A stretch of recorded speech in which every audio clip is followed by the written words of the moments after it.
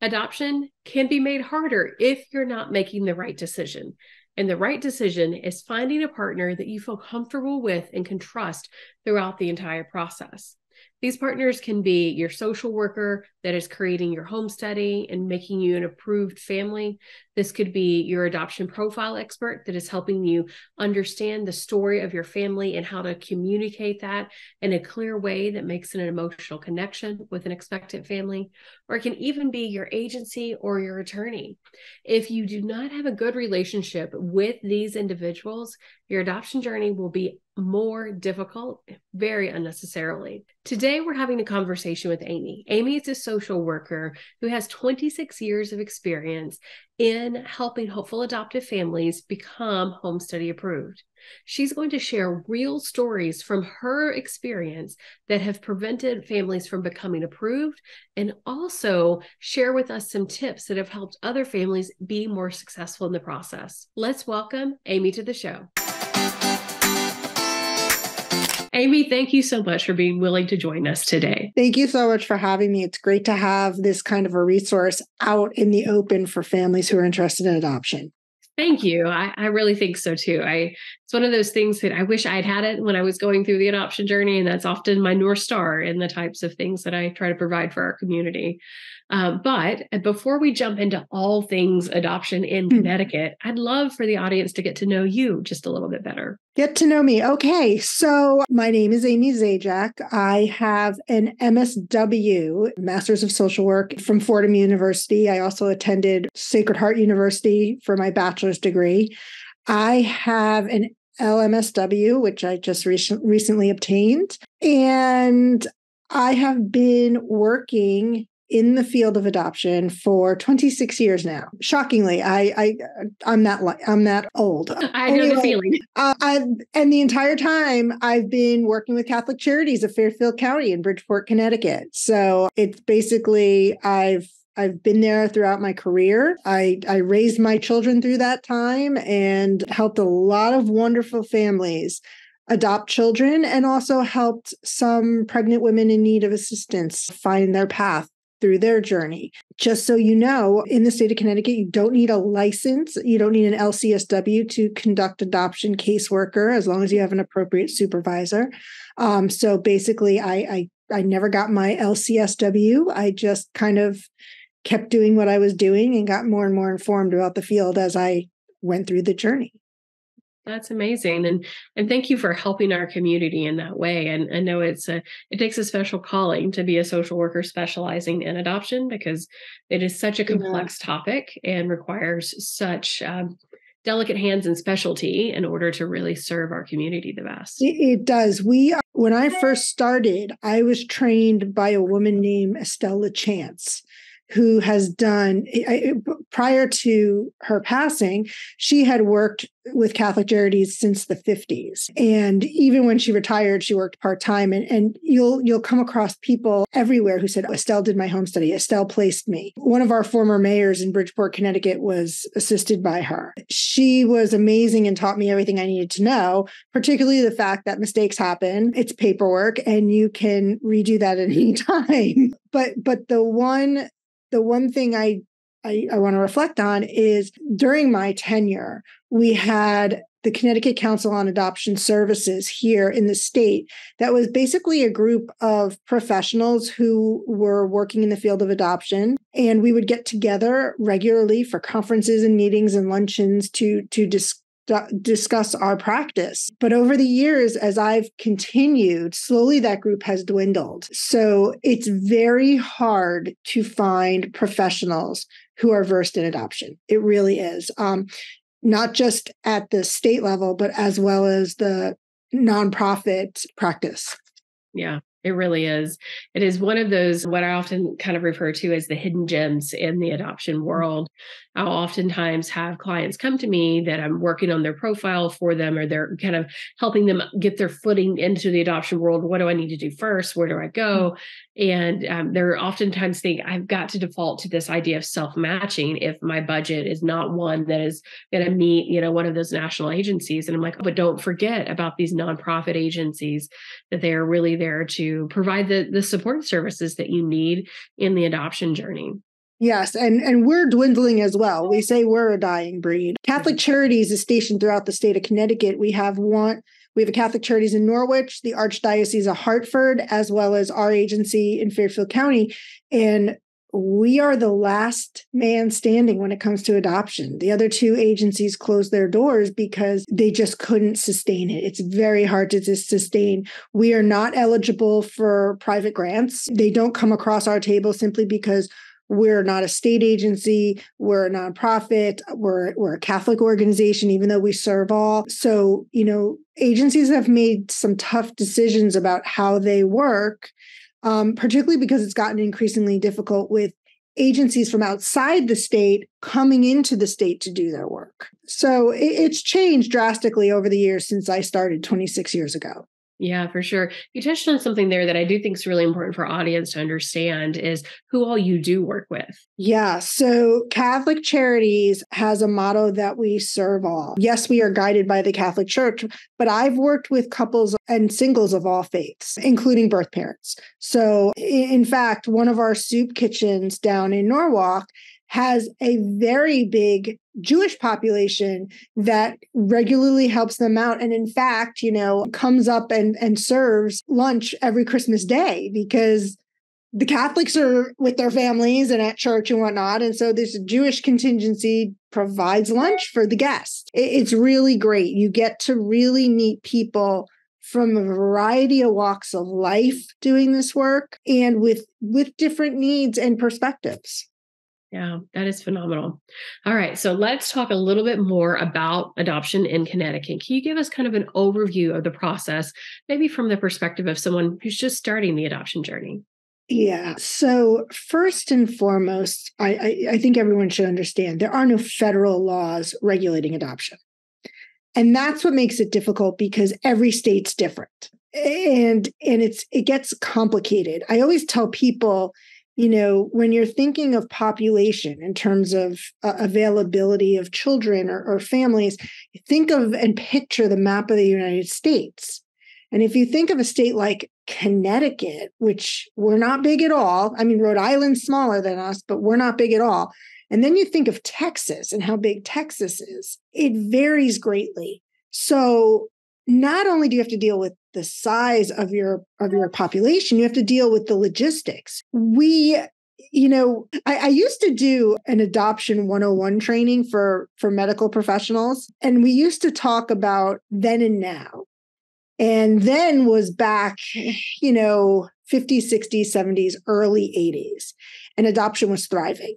Slowly, as Roe v. Wade gets passed, and then you have women becoming more educated about birth control and how to be safe, numbers dwindled.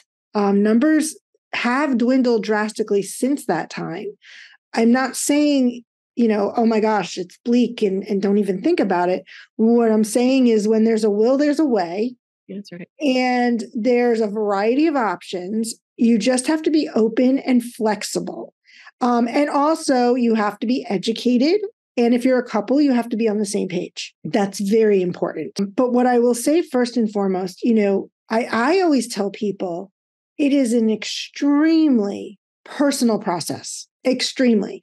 Because when I meet with someone, I talk to them about the intimate parts of their lives, how they met, where they came from, their background, their upbringing, discipline in their family, any issues that might be related to social issues like mental health issues or domestic violence, those kind of things. We are given the task to protect children in this field. So society deems and our regulatory bodies deem that we have to make sure any couple we are placing a child with is safe. The catch-22 in that is I get this all the time with couples. Well, teenage kids can just have a baby and no one questions it. And yet we have to jump through these hoops. No one ever said life was fair, but at the same point in time, there's a reason.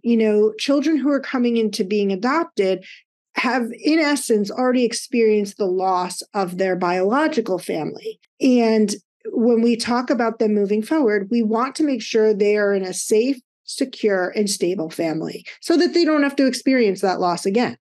Yeah. So when I tell people it's a personal process, I even reiterate, if you're not comfortable talking to me, please go find another agency, because Yeah. we're in it for the long haul and we need to like each other. So let me just explain what we do at Catholic Charities. Every agency is different. The nuts and bolts are the same, but we haven't placed a child in 10 years. Now, that being said, again, we're a small state. Girls have gotten savvy and have been more, the teen birth rate has declined. So it's been quiet. And that's why we are the only team of Catholic Charities left. But that doesn't mean we're going to stop helping people. Okay. Pregnant teens, pregnant women, they need someone to come to talk to about their journey, about their process, what they want to do. Do we help them by simply referring them to resources to become a parent, to help their child, or have they decided to pursue adoption? And then we help them down that path. We're not going to simply say, you're not placing your child for adoption, we can't help you.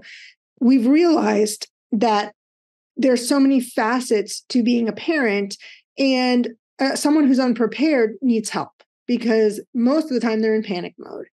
How do I get health insurance? How do I get diapers? What about daycare? Am I healthy?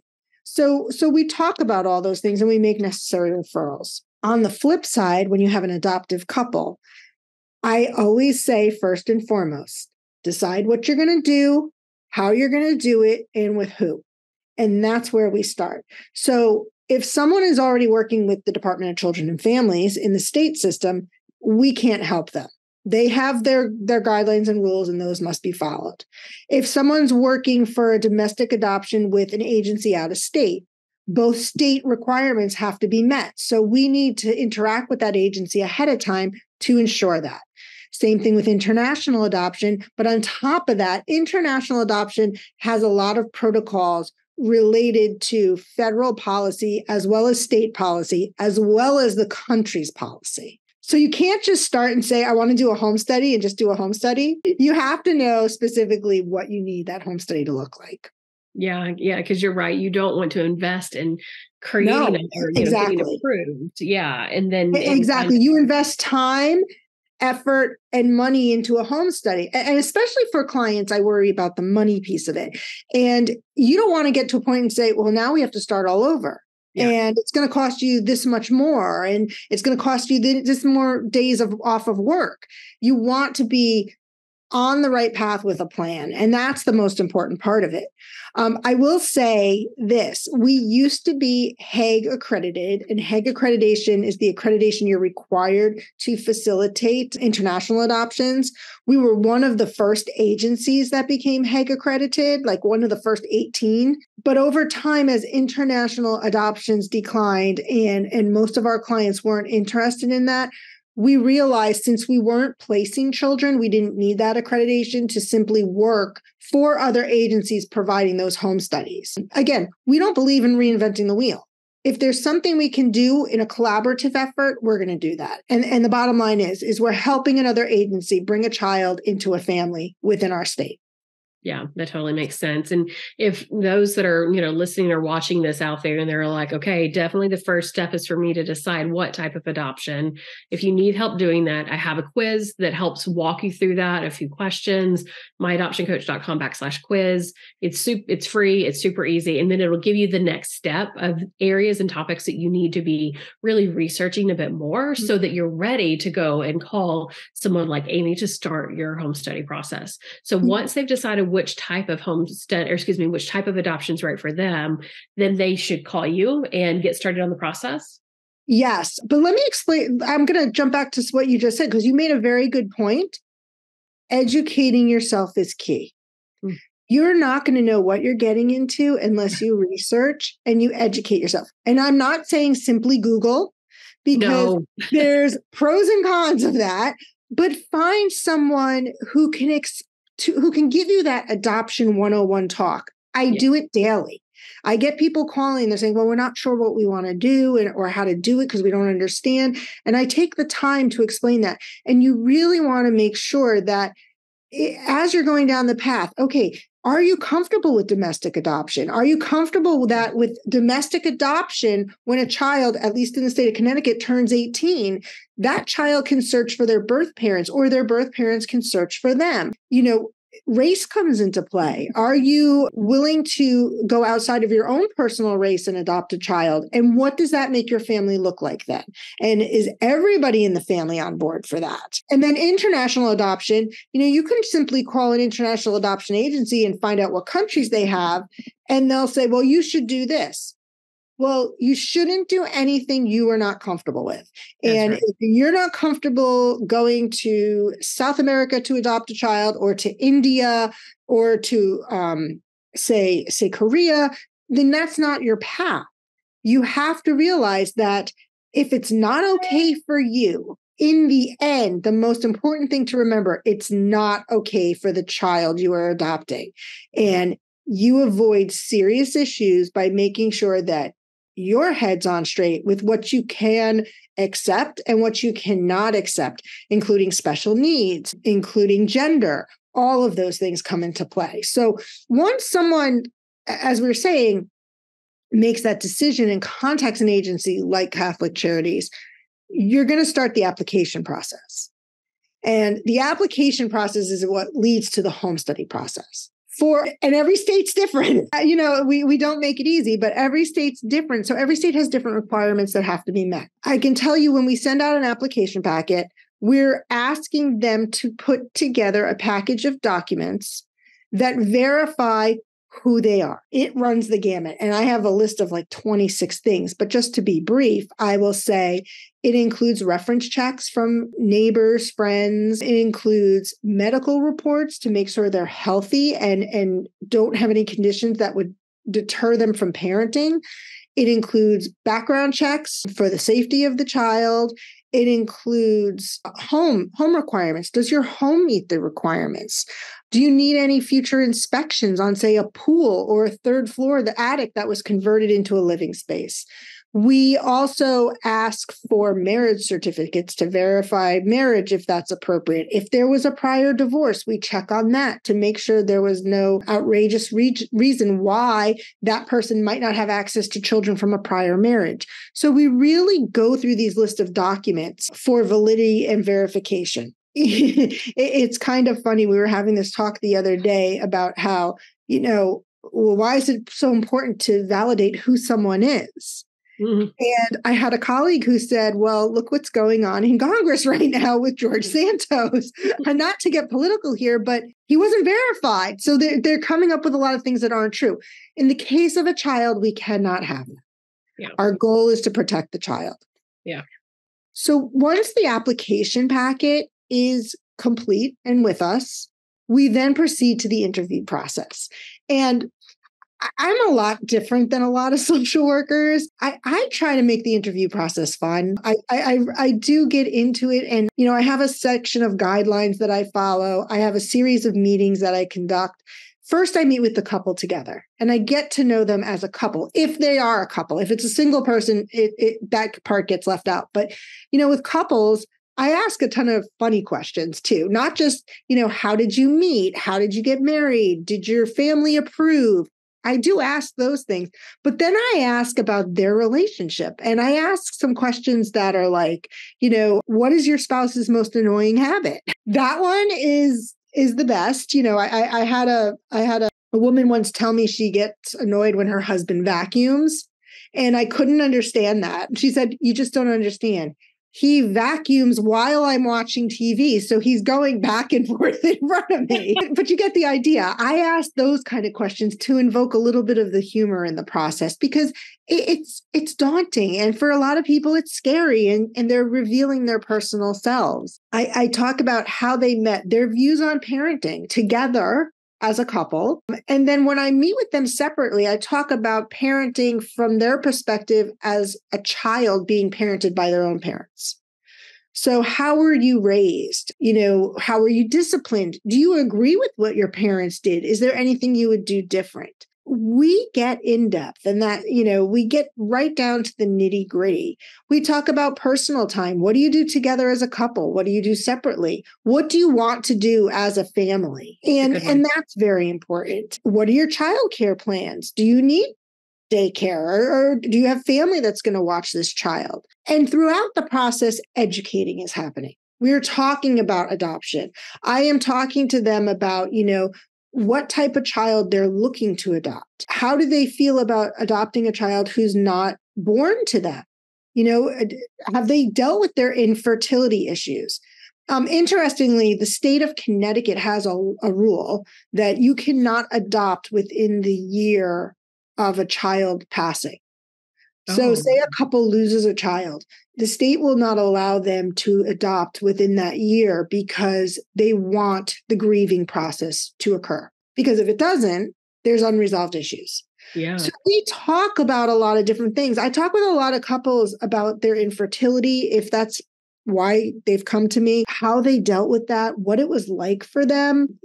I've heard a lot of sad stories. I've sat and held hands while people have cried. Again, we really get down to the nitty gritty and we explore any issue that could be a potential red flag.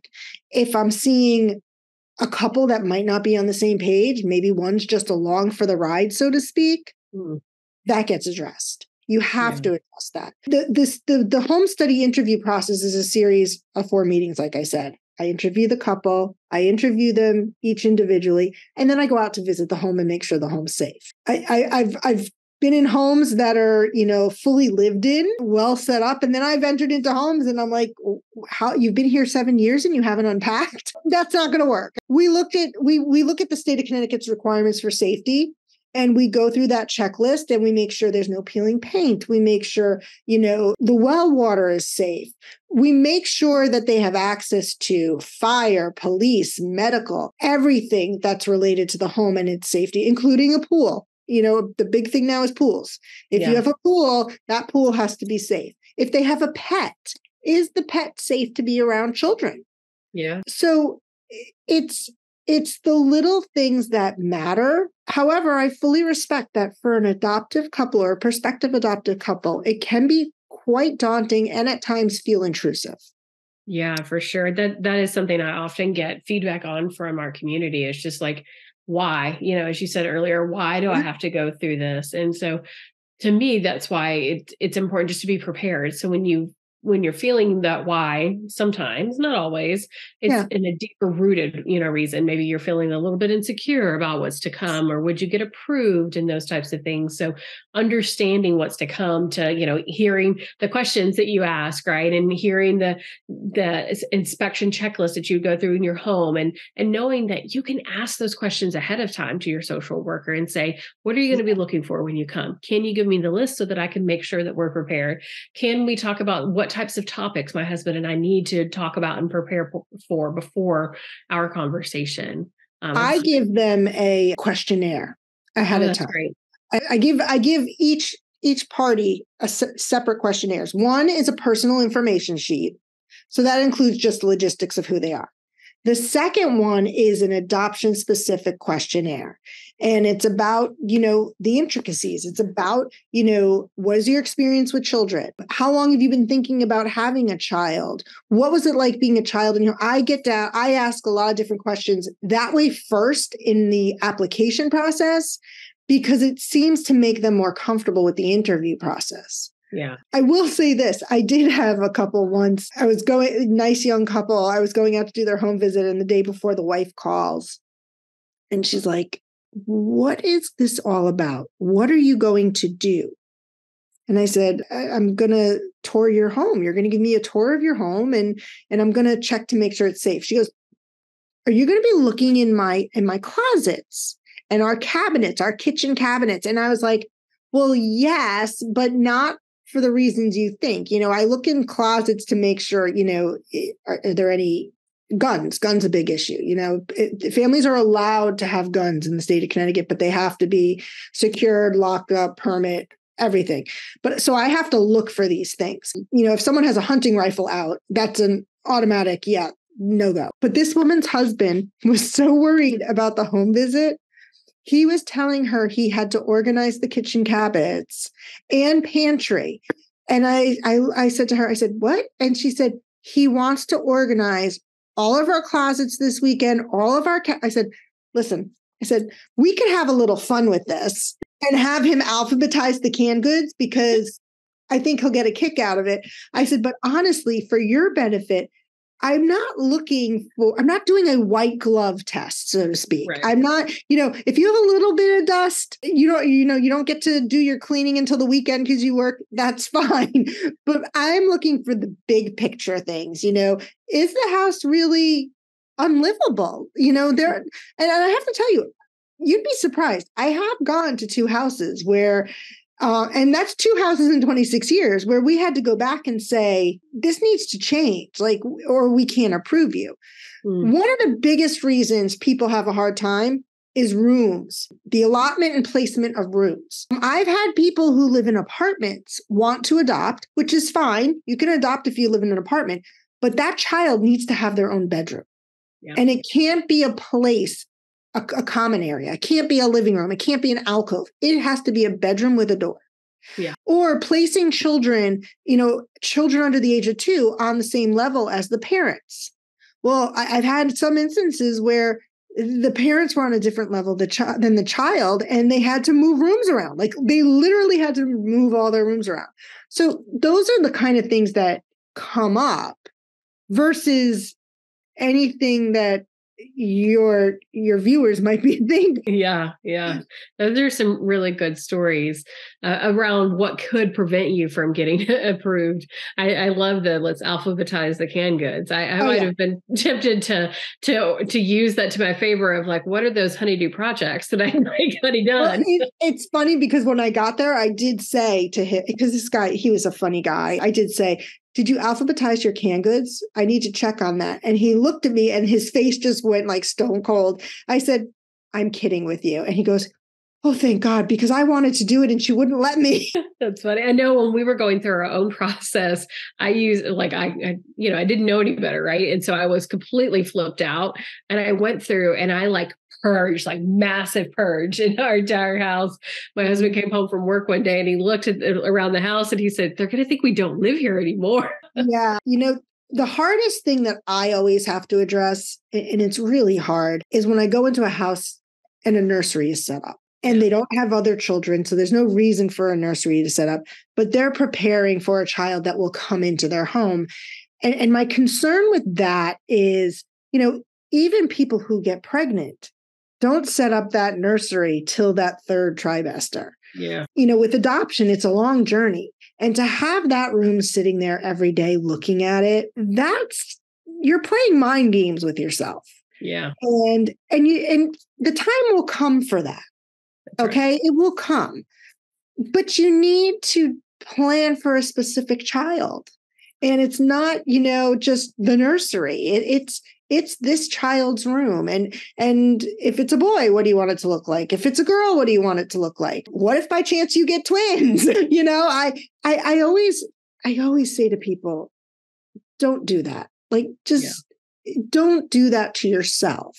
And I've had people who've done it and they'll come back to me and they'll say, you were right. We never should have done it because it's just sitting there and it's a constant reminder of what we don't have, not of what we're going to have. Yeah. I oftentimes get clients that'll say, well, I'm not ready to do my profile yet because I don't have a picture of the nursery. I'm not done. And I'm like, whoa, you don't need your nursery done. And you certainly don't need to include a photo of that in the profile if, the expectant parent wants not at all. Yeah. If they want to see the nursery later on, or you want to talk, you guys talk about that, then absolutely. Yes. But that actually, I agree. Yeah. I will tell you the profile process I find to be very interesting. We've come a long way in 26 years with profiles. Yeah. There are databases and websites and whatnot. The most important thing we stress during the home study about everything is honesty. You need to be honest with yourselves. You need to be honest in presenting yourself. You need to not make promises you're not going to be able to keep. There's this perception that birth mothers are looking for the Rockefellers to raise their child. And that's not the case. Mm-hmm. A lot of women that come and say to me, I'm not looking for a wealthy family. I'm looking for a family that's going to get down in the mud and play. Yeah. And I have a hard time with people who try to make themselves out to be something they're not. Agreed. Because if you can't be honest to your child's birth parent, how are you going to be honest to that child? We talk about with international adoption, if you're adopting a child from another country that you don't originate from, or you adopt a child who's of a different race than you, there's no way you can get around the fact that this child's adopted. Okay? There's a clear visual difference. However, the couples that adopt a child of the same race, if they had the intentions to not tell the truth, could avoid the topic of adoption completely as this child's grown up. Yeah. And we firmly, and when I say firmly, I am adamant with couples, you need to be honest. And this is how you explain to your child they're adopted from start to finish. We talk about life books. It's no different than a couple putting together a baby book of a child that was born to them. But instead, it may be, this is the agency where we went for our home study, and this is the day we met your birth mother, and this is the day we picked you up from the hospital. And the families that I've addressed in that way and who've followed that guide, their children are doing so well. Yeah. There's no shame. There's no embarrassment. I'm adopted. This is who I am. And I have two parents who love me. That's right. Because the woman who brought me into this world was not able to take care of me. Yeah. And it's not that she didn't love me. Yeah. Right. It's not that she didn't love me. She just couldn't do it for whatever reason. And that's very important for people to understand. And respecting birth parents is very important for people to understand. My children are not adopted. So I have never gone through that, but I've lived through this so much that I understand what birth parents go through and what adoptive couples go to. I am like the person in the middle, and I protect both parties. But first and foremost, we talk about the adoption triad, the triangle. And it's, at the bottom on either side is the adoptive family and the birth family. But up at that top, they're supporting that child, whether they're present or not. They're still a factor in keeping that shape. So I can't stress enough for your audience to understand what it means to adopt. What does that actually mean? You're adopting and bringing into your home someone not born to you, someone not with the same DNA as you, someone who may not look like you at all. And can you handle that? And then can you handle the tough questions that come up throughout, the lifespan? We've all, no matter who we are or what type of parent we are, we've had a child say to us, I hate you, you're not my real mother. Right. I don't care who you are. We've talked about this in our trainings at the agency. We had a professional come and do a training on international adoption once, and she led off with that. She goes, I have 5 kids. 2 are adopted, 3 are not. And they all said it to me. But when you're an adoptive parent, it hits different. And how you react and how you respond to your child is going to mean the world to them. Yeah. And you're setting the tone for that when they're tiny. Yeah. I mean, there are small things that'll happen throughout a day. And I don't know if it's because in our house, adoption is the only way, people come into our family. And so it's one of those just second nature things, but we'll be in a situation where someone will say something that's, maybe not adoption positive or adoption friendly. Mm-hmm. And I find it a great sense of pride when my children correct them, or just like kind of look at them like they've got a third head. Like, what are you talking about? Like that's crazy talk to me. We were recently reading a book, actually, for it was a district-wide reading challenge. And my daughter and I were sitting there together. And, as any parent, because she was pre-reading at that stage, I'm reading, a little bit ahead just to kind of, help her along context-wise. And I see this sentence and it says, I had a horrible thought. What if I'm adopted? and I see this sentence coming like 2 sentences away, and my brain is quickly processing, like, how do we handle this, Yeah. in the conversation? And it was a really, first I was like, okay, let her read it, and let's, go through this moment together and kind of coach through it. And she reads it and she says, but why would that be a horrible thought? And I just, Exactly. right. And I was like, what a beautiful response that she naturally had to this situation. Right. And it's because we have talked since she was, tiny and, couldn't speak herself about how she grew in my heart and not in my belly, and just use that language. Celebrating Adoption Day. That's right. Exactly. Like we call it our forever family day. This was the day that forever you were able to, be in our family. Right. Yep. So we celebrate their birthdays and their forever family day. And we celebrate the sacrifice that, their birth parents gave for us. Yeah. I oftentimes tell them, and do you know how lucky I am to be your mommy? Like I am so lucky and blessed to have this. Yes, you are. Yeah. I will tell you, it's interesting because when you talk about birth parents and their sacrifice, I've seen it all. I mean, there's no way I couldn't see it all. I just got an email from a former adoptive couple that adopted a boy from us years ago, and his birth mother did not know she was pregnant. It was a shock to her when he was born. And people say, well, how is it a surprise? And I'm like, well, denial ain't just a river in Egypt, people. That's right. But she wanted nothing to do with this child. She was so mentally detached because of the trauma of what she went through. She couldn't. She couldn't even visit him. She had a boyfriend, and this boy, he broke my heart in a million pieces because he wanted to parent his son. More than anything, that is what he wanted. And the child was born premature. Child was in the NICU for a while. He came up every free moment he had from where he lived by train to be with that child in the hospital, to make sure his son wasn't alone. And in the end, he was the one who picked the family. She wanted nothing to do with it. It was so beautiful to see that, like his commitment, because a lot of times you don't see that with the birth fathers.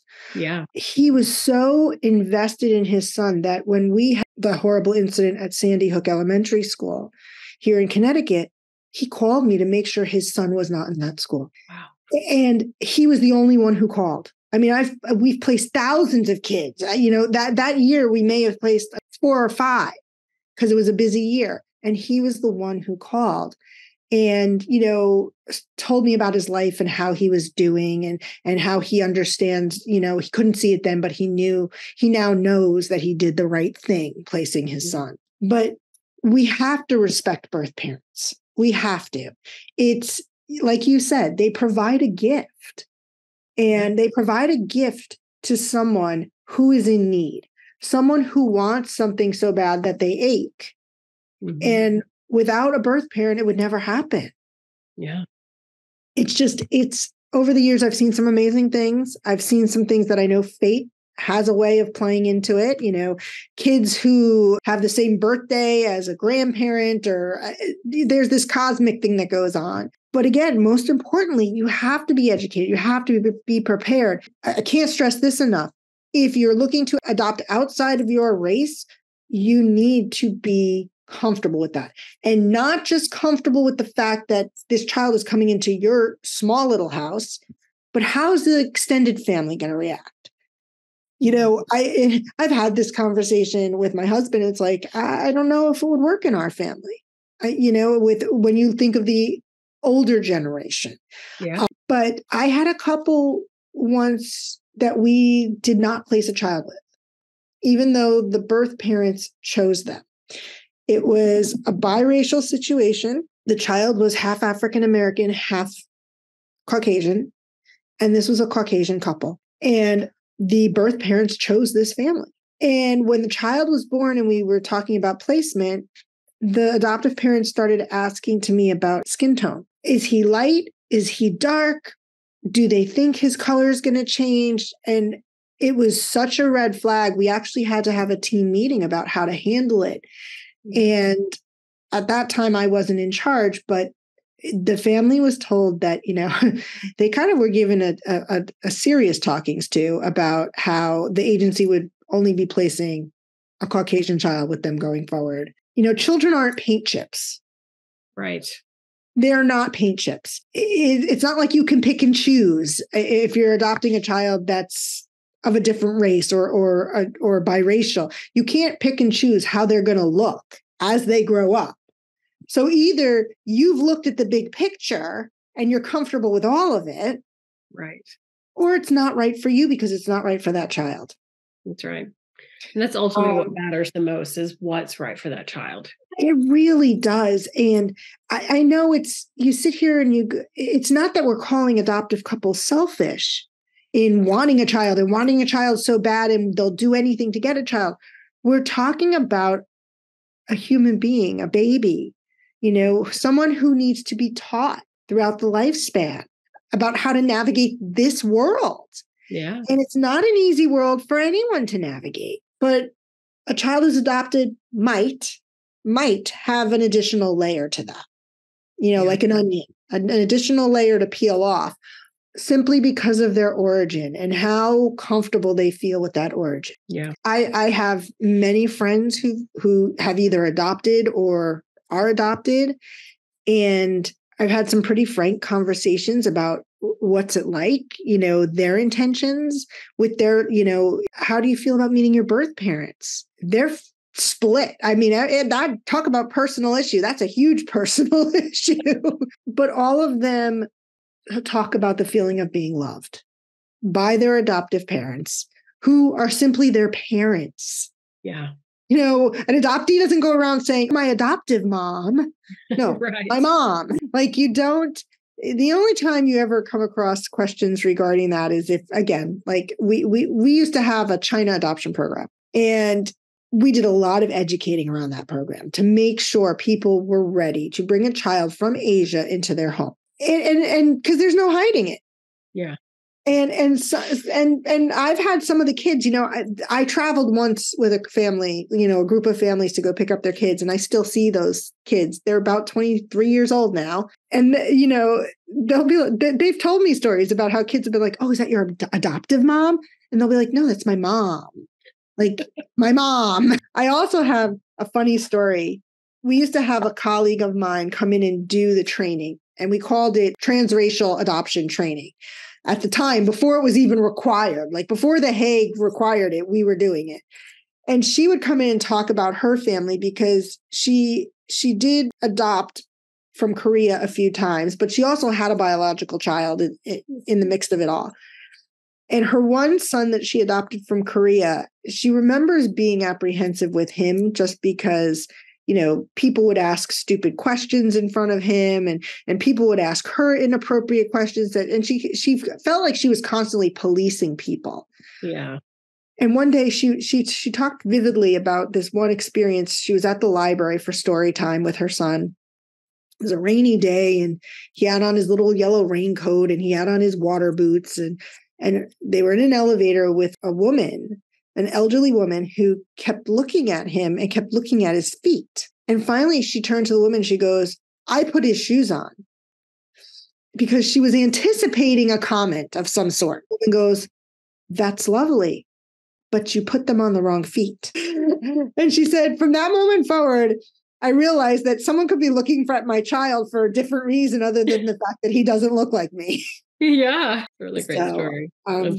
Thank you. This has been really helpful. I love these real life examples of, definitely not exhaustive of your 26 years, but real life examples, because I think that helps our audience learn a lot better, yes. Right? It does. And that's how we learn, by our history. Right. We learn by our history. We learn by sharing experiences. And I always tell couples or individuals who are looking to adopt, do you know somebody who's adopted? Do you know somebody who is adopted? And if they are, have a conversation. That's right. Ask them their experience. Again, not all experiences are wonderful. Not all of them are wrapped up in bows. That's but right. You learn by having those conversations about how to talk to someone that's their life, but also, is this right for you? Can I go through what they've gone through? Can I do that journey? Yeah, that is super helpful. So if someone is looking to start their adoption journey and learn more about adoption in Connecticut or even become home study approved, how can they get in touch with you so that they can begin that process? ccfairfield.org. Awesome. We'll make sure to link to that. I think that's the best way to get in touch with me. It's go to our website and go to our adoption page. Our website's very easy to navigate. ccfairfield.org. That's it. Catholic Charities Fairfield. Awesome. Any final words that you'd like to leave our audience with as we wrap up our conversation today? I do. So this is a journey. It is a journey that you have to be able to be flexible. You have to be willing to get educated. There will be ups and downs. And I understand that the landscape isn't ideal for families, but in the end, I always say to people, when there's a will, there's a way. It's like any challenge you face or any problem you're trying to solve. If you want to become a parent, and that's your goal, your goal is to become a parent, find a way, figure it out, learn about different options, and then seek the help of someone who knows what they're doing to help you. And make sure you're comfortable with that person and the process. And if you do that and you're patient, you'll become a parent. That's awesome. Thank you for doing that. Thank you for sharing with our audience. Thank you for giving them some motivation and some real life examples to help through the journey. Thank you for having me. I feel what you're doing is wonderful because people need someone with this kind of passion to go to get their answers and to get some help and guidance. Thank you. I appreciate that. I tell everybody I'm not the end all be all. I don't have all the answers, but if I don't, I say that all the time too. That's right. But I'll point you to the direction of like, this type of individual should be the type of resource that you need in this situation. Go talk to them. Exactly. You don't need to reinvent the wheel. Just find the path that they need to go down. That's right. Exactly. Well, thank you again, Amy. We certainly appreciate it. You're welcome. You're welcome.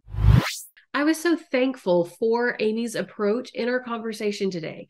I think understanding the stories from real people who have been through this process, those that weren't approved, those that were, and some common pitfalls in the adoption process will help you have an easier time adopting, no matter if you're adopting in Connecticut or in another state. If you're looking for a ray of sunshine in your adoption journey, then check out my conversation with Mackenzie. Mackenzie is a client who recently matched her adoption.